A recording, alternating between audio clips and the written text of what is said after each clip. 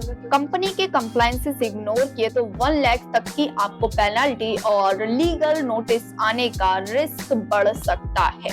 बहुत सारे business owner सोचते हैं कंपनी बना ली है, अब तो बस मस्त मस्त है, एकदम फंडिंग लेंगे और अब तो मजे से हमारी कंपनी रजिस्टर हो गई है। बट यहाँ पे एक बहुत बड़ा ट्विस्ट आता है। बहुत सारे बिजनेस ओनर ये भूल जाते हैं, अगर आप प्राइवेट लिमिटेड कंपनी बनवा रहे हैं, किसी भी टाइप की आप अपनी कंपनी बनवा रहे हैं, तो उसके कुछ मैंडेटरी फाइलिंग होती है जिसको कराना मैंडेटरी ही होता है, जो कि हर साल आपको करवानी पड़ती है अगर आप एक प्राइवेट लिमिटेड कंपनी है या फिर एक बिजनेस ओनर है। मैं बात कर रही हूँ आरओसी फाइलिंग की और कंप्लायंसेस की। कौन कौन से कंप्लायंसेस होते हैं जो कि मैंडेटरी होते हैं हर बिजनेस ओनर के लिए। तो सबसे पहले हम बात करते हैं आरओसी फाइलिंग की, जिसको आपको कराना मैंडेटरी होता है। इनकम टैक्स फाइलिंग, जो कि हर साल में एक बार ये होती है। इसके साथ में एनुअल फाइलिंग होती है, जो कि आपको नेम से ही पता चल रहा है एनुअल होगी, मतलब साल में एक बार ही होगी, जिसको कराना भी मैंडेटरी होता है। इसके साथ में जीएसटी रिटर्न फाइलिंग भी मैंडेटरी होती है। अगर आप एक बिजनेस ओनर हैं, चाहे आपका बिजनेस जीरो हो रहा हो या नहीं हो रहा हो, ये फर्क नहीं पड़ता, बट आपको अपना फाइलिंग ऑन टाइम पे कराना पड़ेगा। अब बात करते हैं जीएसटी फाइलिंग कितने टाइप की होती है। जीएसटी फाइलिंग 2 टाइप की होती है, एक तो होती है क्वार्टरली, एक होती है मंथली। अगर आपका बिजनेस मंथली में चल रहा है तो उसको आपको मंथली फाइल कराना पड़ेगा। अगर आपकी जो जीएसटी है वो क्वार्टरली जा रही है तो उसको क्वार्टरली आपको फाइल कराना पड़ेगा।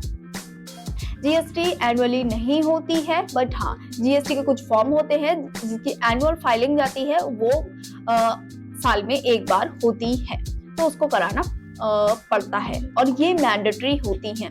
अगर आप एक बिजनेस ओनर हैं और अगर आपने अभी तक अपनी कंपनी की या प्राइवेट लिमिटेड कंपनी या एलएलपी कंपनी के कंप्लायंसेस अभी तक नहीं करा रहे हैं, जिसको हम आरओसी फाइलिंग बोलते हैं, अगर नहीं कराई है तो ऊपर दिए गए नंबर पे कांटेक्ट करें और अपनी पेनाल्टी देने से बचें और ऑन टाइम अपनी फाइलिंग कराएं। अगर आपका सीए या आपके सीएस जो भी आपने हायर किए हैं, जिससे भी अपने या लोकली में किसी से अपनी कंपनी बनवाई है और वो आपको नहीं गाइड कर पा रहे हैं या नहीं समझ में आ रहा है कौन कौन सी आपको फाइलिंग करानी मैंडेटरी होती है और क्या डेडलाइन होती है, उसके लिए आप कांटेक्ट कर सकते हैं तजारत में।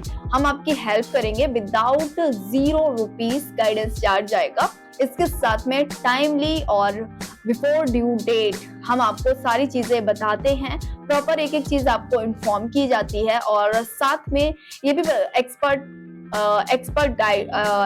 सपोर्ट मिलती है सी और सीएस का।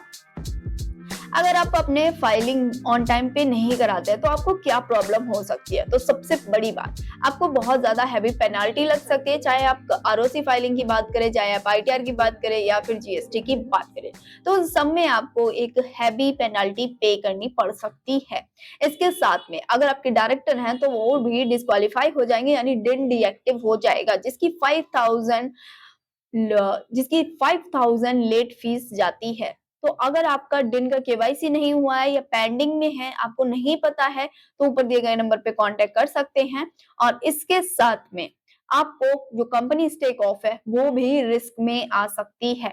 आपकी कंपनी में भी कंपनी पे नोटिस, शो केस नोटिस भी इशू हो सकता है। इसके साथ में अगर आप बैंक में जाएंगे, लोन अप्रूव कराने जाएंगे, तो वहां पे भी बैंक आपको रिजेक्ट कर देगी अगर आपके प्रॉपर कंप्लायंसेस आप उनको नहीं सबमिट करेंगे। तो अगर आपका बैंक में अकाउंट है तो उस केस में भी आपको इश्यूज फेस करने पड़ेंगे। अगर वहां पे आपने क्योंकि एवरी ईयर जब आपकी केवाईसी होती है तो वहां बैंक में भी एवरी ईयर केवाईसी होती है, जिसको आपको अपडेट कराना पड़ता है और जो कि मैंडेटरी होती है, हर साल आपको करानी ही होती है।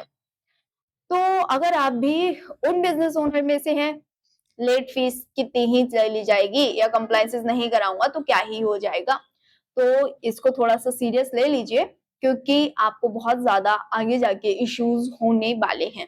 अपने कंप्लायंसेस ऑन टाइम पे कराएं और विद हेल्प ऑफ तिजारत आप ये सारी चीजें बहुत ही अफोर्डेबल एंड स्मूथली करवा सकते हैं। ऊपर दिए गए नंबर पे कांटेक्ट कर सकते हैं। होप आपको वीडियो इंफॉर्मेटिव लगी होगी। मिलते हैं नेक्स्ट वीडियो में, तब तक के लिए bye bye, take care, thank you.